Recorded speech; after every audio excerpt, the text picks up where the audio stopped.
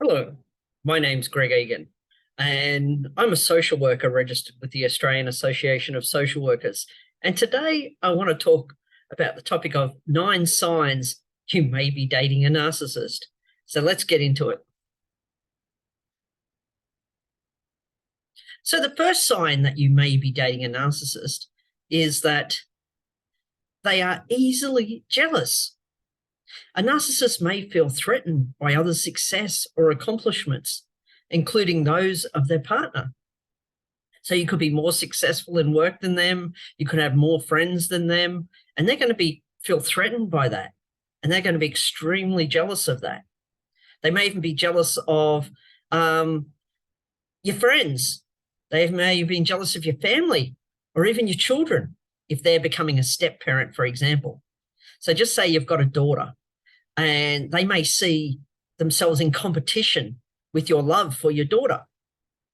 And in turn, they may, out of their own jealousy, they may try and ruin these relationships or break down the relationships between your children, between your family, between your friends, even your work colleagues, if they feel it threatens their sense of superiority and control over you.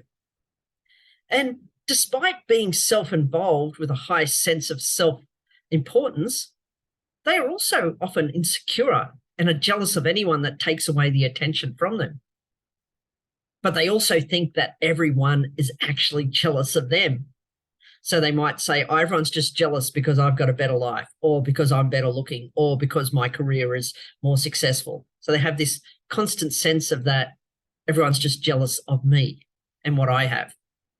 In a relationship, they could also escalate very quickly, accusing their partner of various things out of pure jealousy. For example, you could have a long-term friend of the opposite sex, no romantic interest at all. But the moment you start dating a narcissist, they will want you to cut off this friend out of pure jealousy. And if you don't, they could accuse you of having an affair with them or become angry at you if you don't cut this person off. Because, of course, you should love them more than your friends, more than your family, more than your own children, because they are very self-centered people by nature. Or another example could be you could just be talking to a hotel receptionist whilst you're on holiday. And because you're being friendly and you're being courteous and polite, they may take that as that you're checking out the hotel receptionist and become extremely jealous and then rip into you after you finish dealing with the hotel receptionist. So they can be very unrealistic with their jealousy and be quite extreme with it. So that's one red flag that you may be dating a narcissist. Number 2, they often criticize or belittle others.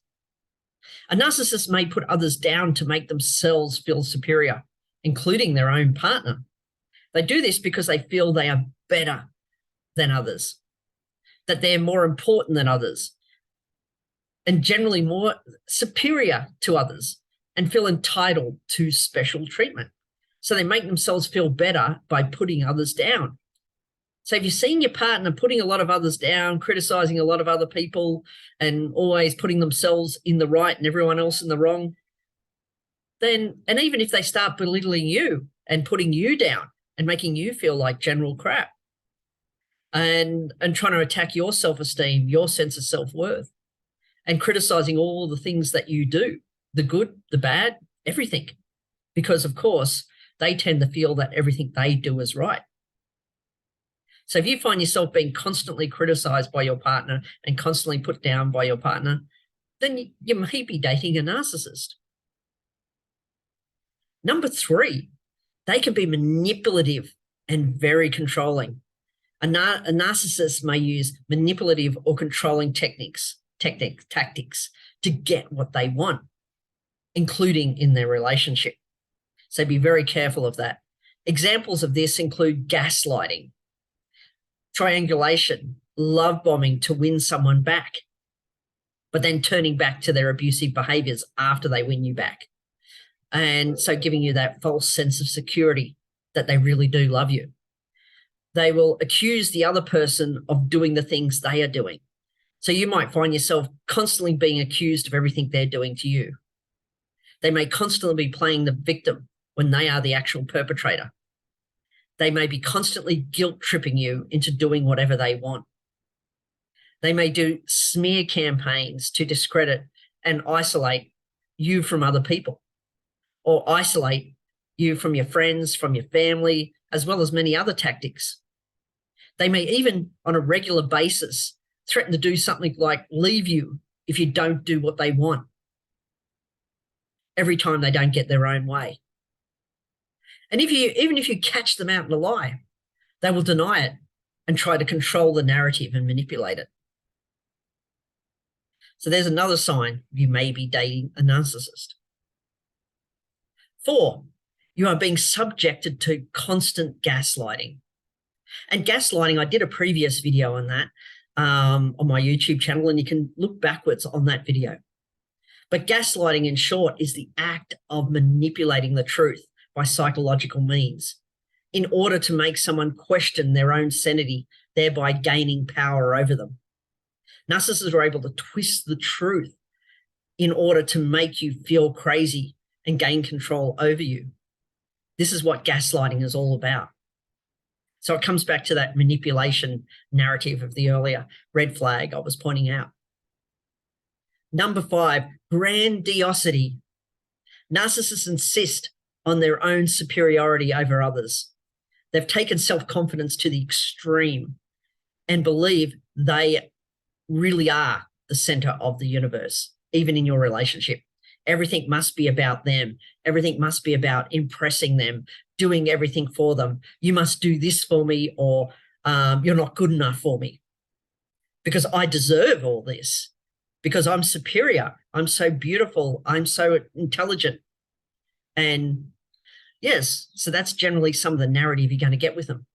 They think that they are the most special and unique person in the world, and that it takes a very special person to understand their greatness. So if you're with them, obviously you understand their greatness in a way. This is why narcissists can be very flattering to people around them. Since they are so amazing, then you must be amazing too, since they want you around. To this end, they often exaggerate their own achievements, talents, and stories. This could be about their past relationships, their work, and other achievements in their life. Everything is about how they've been better than everyone else. They'll often talk about how lucky you are to have them in their lives. And their sense of self-worth can border on manic. They have an excessive need for attention and for the focus to be on them. Example, ever had a partner who talks about how much everyone always thinks how handsome or beautiful they look? I just noticed the spelling mistake in my presentation. Or how people of the opposite sex are always flirting with them, or how you should be so lucky to be with someone like them, or all the brilliant things they have done in their lives. So everything is about them. So they'll talk about how their bosses think they're the best worker in the office, or how the ex-boyfriends are kind of constantly, or ex-girlfriends are going to constantly try and chase them because they miss them so much. All these sorts of stories. Generally, they think they're better than everyone else and that they deserve special treatment. They have an overall inability to take criticism. Criticism is something that really sets off a narcissist because it challenges their grandiose narrative of themselves being special, being better than other people, more important, more beautiful than others, more intelligent than others. Instead of reflecting and growing, they will often be dismissive, sarcastic, lash out with anger, gaslighting, giving the silent treatment, or criticizing the other person when they're being criticized for their own behaviors. So they're going to turn it back on you a lot of the time. Number 7, if you're dating someone that's extremely self-centered, then you may be dating a narcissist, because narcissists are often self-centered and their own needs tend to come first before their partners. It's difficult for them to put other people's needs before their own. They tend to lack empathy and consideration for other people's needs. Narcissist is often described as cocky, arrogant, manipulative, selfish, patronizing, and demanding, and will push to have their own needs met before their partners. So if you're in a relationship where they're saying, you've got to do this for me, you've got to do that for me, you've got to buy this for me, if everything's about them and achieving their needs, like their career goals, their financial goals, their general bucket list of goals, and even if you go on holidays with them, everything will be about what they want to see, what they want to do, and you'll find all your sort of things left behind. So they're extremely self-centered. So there's another red flag that you may be dating a narcissist. Number 8, they have double standards. They often believe that what applies to others does not apply to them. Basically, they believe they are special in some way, which means the rules don't apply to them.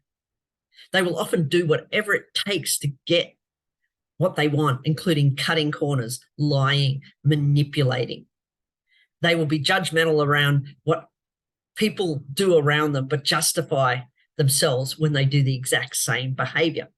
For example, in a relationship, they may be able to do various activities such as travel overseas alone, go out with friends of the opposite sex, engage in hobbies and interests alone. But when you ask to be allowed to do the exact same things, this request will often be rejected.